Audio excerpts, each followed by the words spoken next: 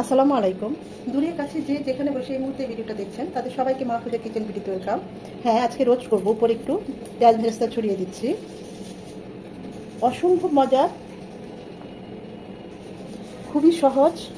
আমি এর আগেও বেশ কয়েকবার রোস্টের রেসিপি দিয়েছি, কিন্তু আমার কাছে মনে হয়েছে আজকের রেসিপিটা আরও সহজ, তাই আপনাদের সাথে শেয়ার করলাম।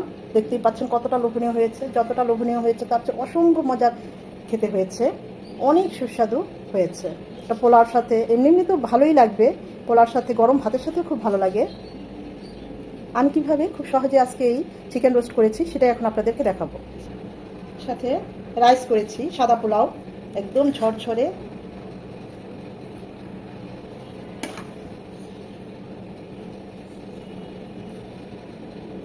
বাচ্চারা পোলাওর সাথে রোস্টটা খুব বেশি প্রেফার করে। স্কুলে যাওয়ার আগে ছোটো বাবু বলেই গিয়েছে, মা রোস্ট করবা, পোলাও কিন্তু অবশ্যই করবা।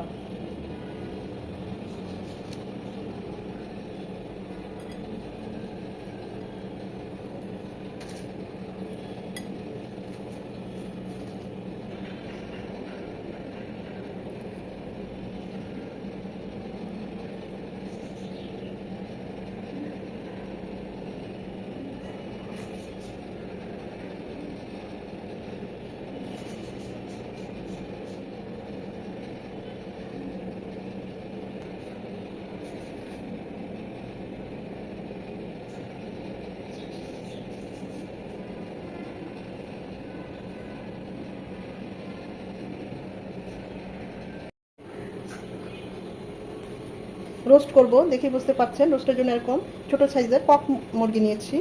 এই সাইজগুলো রোস্টের জন্য ভালো। আমি এখানে সিনা আর রামথান আর এরকম সিনার পিস নিয়ে 8 পিস নিয়েছি। তো প্রথমে আমি এখানে কিছুটা লবণ দিয়ে দিব।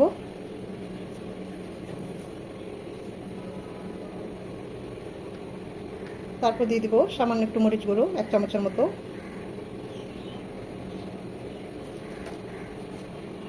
দিয়ে দিব লেবুর রস।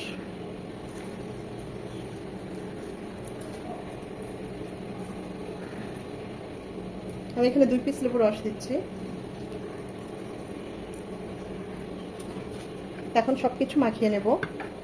আসলে লবণ আর ঝালটা যদি যে কোনো রান্নায় ঠিকঠাক থাকে, দেখবেন ওটার টেস্ট এমনিই বেড়ে যায়। যেভাবেই রান্না করেন না কেন, লবণের পরিমাণ বা ঝালের পরিমাণ কম থাকলে যত ভালো করে আমরা রান্না করি না কেন, খেতে ভালো লাগবে না। আমি এখানে একটু মরিচের গুঁড়ো দিলাম, আপনারা চাইলে স্কিপ করতে পারেন। এতে কালারটাও ভালো আসবে, আবার টেস্টটাও খুব ভালো আসবে। খুব বেশি না, জাস্ট আর কি যতটুকু দরকার। হাতে সময় থাকলে অবশ্যই 10 মিনিট রেস্টে রাখবেন। চিকেনগুলোকে খুব ভালোভাবে ধুয়ে পানিটা ছড়িয়ে নিয়েছি, এটা খুব ইম্পর্টেন্ট। লেবু হাতের কাছে থাকলে দিবেন, না থাকলে নাই। আসলে আমাদের হাতের কাছে যাই থাকুক সেটা দিয়েই কিন্তু সব কিছু করা যায়। তো তারপর যেটা দিলে একেবারে না দিলেই না, ওগুলো দিতে হয়। এটা আমি 10 মিনিট রেস্টে রাখবো। 10 মিনিট পর রোস্টগুলো ভাজার জন্য প্যানে দিয়ে দিচ্ছি সয়াবিন তেল। রোস্টগুলো একদম হালকা করে ভেজে নেব, জাস্ট 1 মিনিট 1 মিনিট 2-5টা 2 মিনিট করে ভেজে নেবো। একটু বেশি ভাজবো না, তাহলে রোস্টটা হার্ড হয়ে যাবে, খেতে ভালো লাগবে না, জুসিনেসটা থাকবে না।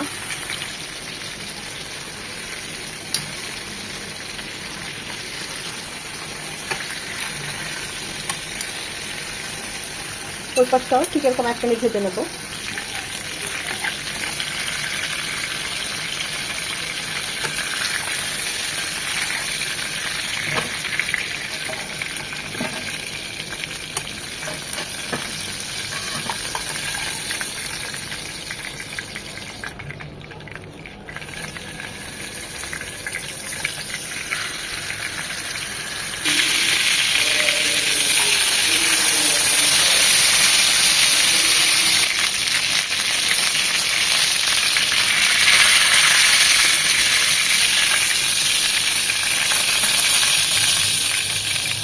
ছিটে এলে অবশ্যই ঢাকনা ইউজ করবেন,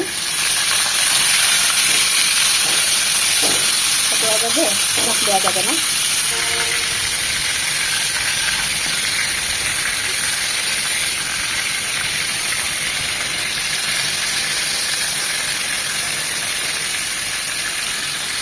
প্যান ছোটো তাই অল্প অল্প করে দিচ্ছি, প্যান বড় থাকলে অনেকগুলো করে দেওয়া যেত।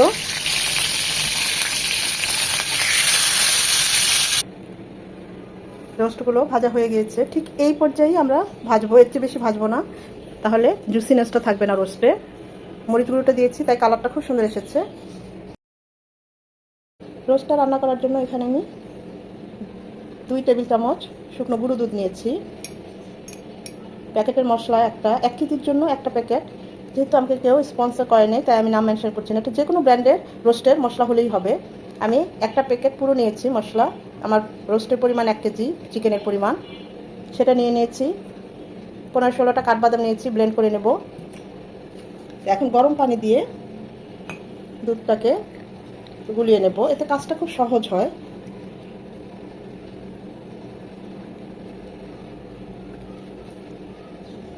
গুঁড়ো দুধটা নিলে হয় কি ফ্লেভার টেস্ট দুটোই আসে, আবার ঘন হয়ে যায় দুধটা, তো ঘন করে দুধটা করে নিয়েছি। এছাড়া লিকুইড দুধে জাল করে নিতে পারেন, তবে গুঁড়ো দুধটা দিলে টেস্ট এবং ফ্লেভার দুটোই খুব ভালো আসে। প্যাকেটের মশলা সামান্য একটু পানি দিয়ে মিশিয়ে নেব।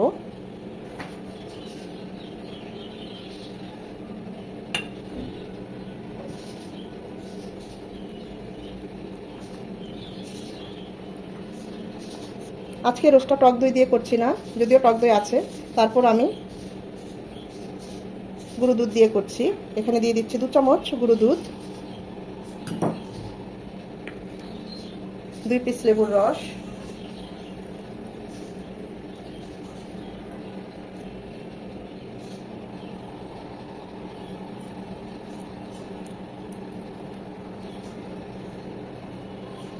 হাতের কাছে যদি টক দই না থাকে এভাবে আলাদা করে নিতে পারেন। আমি আজকে রোস্ট করবো সেজন্য একসাথেই করে নিচ্ছি। যে একটু পানি দিয়ে লেবুর রস নেবেন 1 চামচ, আর এরকম শুকনো গুঁড়ো দুধ নেবেন, টক দইয়ের কাজ হয়ে যাবে। আমি এখানে 2 টেবিল চামচ পরিমাণ টমেটো সস দিলাম, একসাথে সব কিছু মিশিয়ে নিচ্ছি। এতে হবে কি আমাদের রোস্ট যখন করব কাজটা খুব সহজ হয়ে যাবে। আর এইভাবে একটু পানি দিয়ে গুলিয়ে রাখলে মশলা সব কিছু টেস্টও বাড়ে। সবসময় যে হাতের কাছে টক দই থাকে তেমন না, এর বিকল্প হিসেবে এভাবেও টক দইয়ের কাজ করা হয়।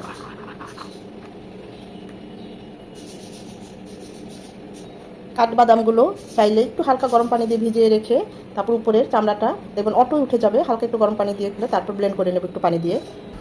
এখন রোস্ট রান্না শুরু করব। প্যানে দিয়ে দিচ্ছি 3 চামচ সয়াবিন তেল, 1 চামচ ঘি, তো ফ্লেভারটা খুব ভালো আসবে, টেস্টও খুব ভালো হবে। আবার চাইলে পুরোটা ঘিয়ে করতে পারেন, আবার তেল আর ঘি একটু মিশিয়েও করতে পারেন। দিয়ে দিচ্ছি গোটা মশলা, 2টো দারচিনি, 2টো কালো এলাচ, অবশ্যই থেতো করে দিবেন, এতে করে সুঘ্রাণটা বের হয়ে আসবে। 5-6টা সাদা এলাচ। গোটা মশলা থেকে সুন্দর একটা অ্যারোমা চলে আসবে। 20 থেকে 30 সেকেন্ড গোটা মশলাগুলো কুক হবে।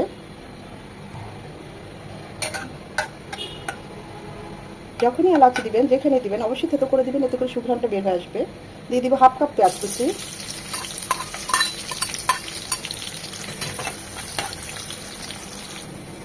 পেঁয়াজটা এরকম লাল লাল হয়ে গেলে, পুরোপুরি লাল লাল হওয়া দরকার নেই, এরকম কিছুটা লাল কিছুটা একটু রয়েছে, এই অবস্থায় দিয়ে দিব 1/2 কাপ পেঁয়াজ বাটা। এটাকে 1 মিনিট ভেজে নেব, যেন এর থেকে একটা পানিটা চলে যায়, ঝাঁঝালো গন্ধটাও চলে যায়। পেঁয়াজটাকে 1 মিনিট ভেজে নেওয়ার পর দিয়ে দেবো 1 চামচ আদা রসুনের পেস্ট, এটাকেও 1 মিনিট ভেজে নেব যেন আদার ঝাঁঝালো গন্ধটা চলে যায়। আদা রসুনটাকে 1 মিনিট ভেজে নেওয়ার পর দিয়ে দিচ্ছি 1 চামচ মরিচ গুঁড়ো, এটা ওই তেলের মধ্যে 10-20 সেকেন্ড একটু ভেজে নেব, এতে কালারটা খুব সুন্দর আসবে। এখন দিয়ে দিব আমরা যে টক দই, তারপরে প্যাকেটের যে রোস্টের মশলা, টমেটো সস সব কিছু মিক্স করে রেখেছি, সেই মশলাটা খুব ভালোভাবে কষিয়ে নিতে হবে মশলাটা। এখন বলতে পারেন আপু প্যাকেটের মশলায় তো সবই ছিল, তারপরে এত কিছু দেওয়ার কি দরকার? হ্যাঁ দিবেন, এতে করে রোস্টের টেস্ট অনেক ভালো আসবে। প্যাকেটের মশলা সবই দেওয়া থাকে, তারপরেও আদা রসুন এই গোটা মশলা দিবেন। আসলে গোটা মশলার যে ফ্লেভারটা সেটা গোটা মশলাই আসে, সেটা আর গুঁড়ো মশলায় আসে না। এখন আমি বাটিটা ধুয়ে দিয়ে দিচ্ছি 2 টেবিল চামচ পানি, এতে করে মশলাগুলো খুব ভালোভাবে কষিয়ে নিতে হবে। মশলাটা যত ভালোভাবে কষিয়ে নেবেন একটু পানি দিয়ে, দেখবেন রান্নার টেস্ট, যে কোনো রান্না সেটা রোস্ট করি বা যে কোনো তরকারি রান্না করি খুব ভালো হয়। আবার খেয়াল রাখতে হবে মশলা যেন নিচে ধরে না যায়, মানে লেগে না যায়। যখন দেখবেন উপরে এরকম তেল উঠে এসেছে, তারপরও আরও 2 থেকে 3 মিনিট মশলাটা কষিয়ে নেবেন।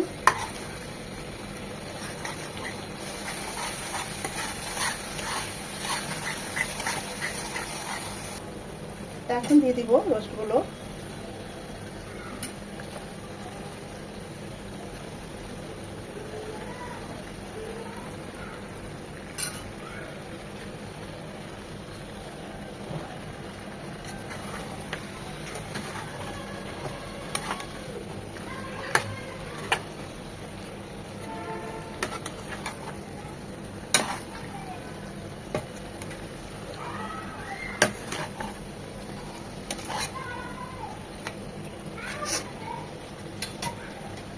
মশলার সাথে রোস্টটা 4 থেকে 5 মিনিট কষবে। দিয়ে দেবো হাফ কাপ ফুটানো পানি। জাস্ট এটা ভালোভাবে কষে মানে সেদ্ধ হবে রোস্টটা। খুবই অল্প পানি দিতে হবে, যতটুকু না দিলেই না। যেহেতু কক মুরগি তাই হাফ কাপ দিলাম। ব্রয়লার মুরগি হলে আর একটু কম দিলেও চলতো। দিয়ে দিব স্বাদ মতো লবণ।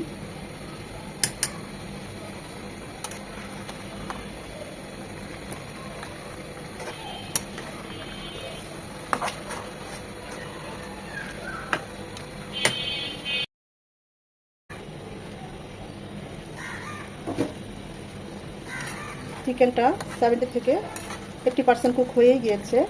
মশলার সাথে একদম গা মাখা মাখা হয়ে গিয়েছে। আমি অবশ্য মাঝে আরও দুবার নেড়ে দিয়েছি। এখন দিয়ে দিব সেই দুধ মিশ্রিত পানি, ঘন দুধ। দিয়ে দিব 4টা কাঁচামরিচ। অবশ্যই মাথাটা ভেঙে দিবেন, এতে করে ঝাল হবে না, কিন্তু কাঁচামরিচের সুঘ্রাণটা বের হয়ে আসবে।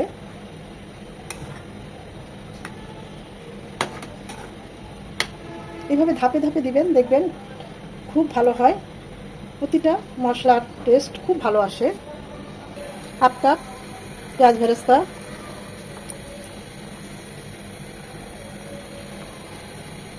রোস্ট কিন্তু ঝাল হয় না, হালকা একটু মিষ্টি মিষ্টি হয়। আর একদম গা মাখা মাখা হবে, এতে কোনো ঝোল বা কিছুই থাকবে না, তাহলে আবার ওটা কোরমা হয়ে যাবে। দিয়ে দিব 1 চামচ চিনি। যারা চিনি পছন্দ করেন না এটা অ্যাভয়েড করতে পারেন, তবে দিলে টেস্ট খুব ভালো আসে। এখন এটা কুক হবে 8 থেকে 10 মিনিট। মাঝে অবশ্যই নেড়ে দিতে হবে 2 বার।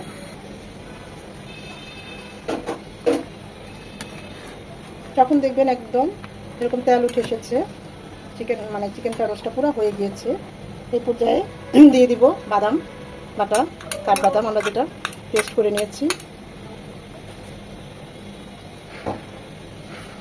বাটিটা ধুয়ে আরও 1 চামচ পানি দিয়ে দিলাম। বাদাম বাটাটা চেষ্টা করবেন সব শেষে দিতে, কারণ বাদাম বাটাটা দিয়ে আগে দিয়ে দিলে নিচে লেগে যেত। আর এখন এই বাদামের ফ্লেভারটা টেস্টটা খুব ভালো আসবে।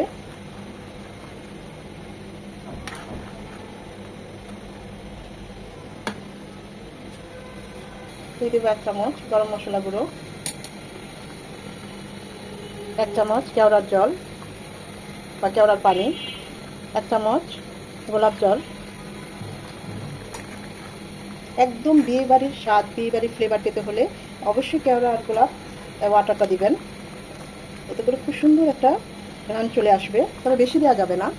এটা হবে আর 4 থেকে 5 মিনিট।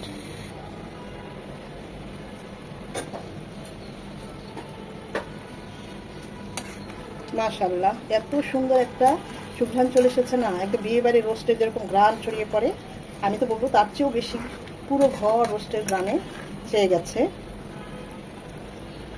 আমাদের রোস্টগুলো, চিকেনগুলো সব সেদ্ধ হয়ে গিয়েছে। আর একটু গা মাখা মাখা হবে। এখন আর টানবো না, এটা ঠান্ডা হলে কিন্তু আরেকটু জমে যাবে। তারপর আমি আরও 1 থেকে 2 মিনিট এখন আর ঢাকবো না, আর একটু টানিয়ে নেব। নামানোর 2 থেকে 3 মিনিট আগে আমি আরও 1 চামচ গাওয়া ঘি উপরে ছড়িয়ে দিচ্ছি, এতে করে ঘিয়ের ফ্লেভারটা এর মধ্যে থাকবে। 1 থেকে 2 মিনিট এটা দমে যাবে।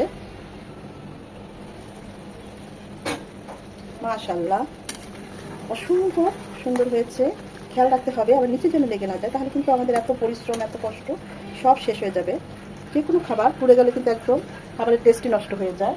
আমাদের রোস্টটা অলমোস্ট ডান। এটা এরকম গা মাখা মাখাই হবে। এটাকে রোস্ট কিন্তু ঝোল ঝোল বা মাখো মাখো খুব বেশি হয় না, একদম মানে ঝোলটা একদম গা মাখা থাকে। তো আমরা এখন এটা নামিয়ে নেব। এটা ঠান্ডা হলে আরেকটু টানবে।